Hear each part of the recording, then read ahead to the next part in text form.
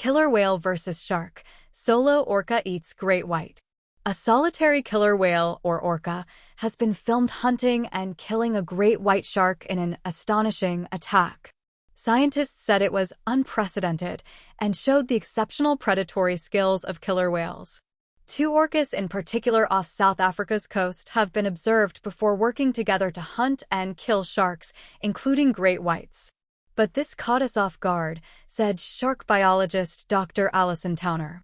Orcas learning from adults to target boats. Whale song mystery solved by scientists. Dr. Towner, who is from Rhodes University in Grahamstown, South Africa, has studied the animals for several years. She and her colleagues published a detailed and grisly account of their new observations in the African Journal of Marine Science. The attack, filmed in 2023, which you can watch here, was, scientists said, solo and swift. The male killer whale killed the shark and consumed its liver, all in under 2 minutes. Scientists first captured drone footage of two male orcas working together to hunt great white sharks in 2022. The scientists then reported that the animals, nicknamed port and starboard because their dorsal fins are bent in opposite directions, exhibited a predilection for extracting and consuming the sharks' livers. During the attacks, the sharks would tightly circle the killer whales in a desperate attempt to avoid predation, recalled Dr. Towner. In this newly reported attack, Starboard hunted on his own. Scientists described how the orca gripped the left pectoral fin of a 2.5 m long juvenile shark and thrust forward several times before eventually eviscerating it. Marine mammal scientist Dr. Luke Rendell from the University of St. Andrews said it a really beautiful observation of the behavior.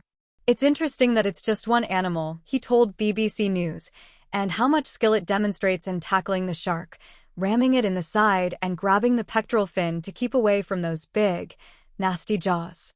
A great white shark is a nice, big concentration of food, so it's perhaps unsurprising that some populations of orcas, where these sharks occur in sufficient numbers, have learned to exploit that.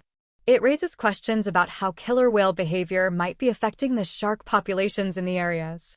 The scientists do not know what is driving the behavior, but Dr. Towner told BBC News that it was becoming evident that human activities, like climate change and industrial fishing, are exerting significant pressures on our oceans.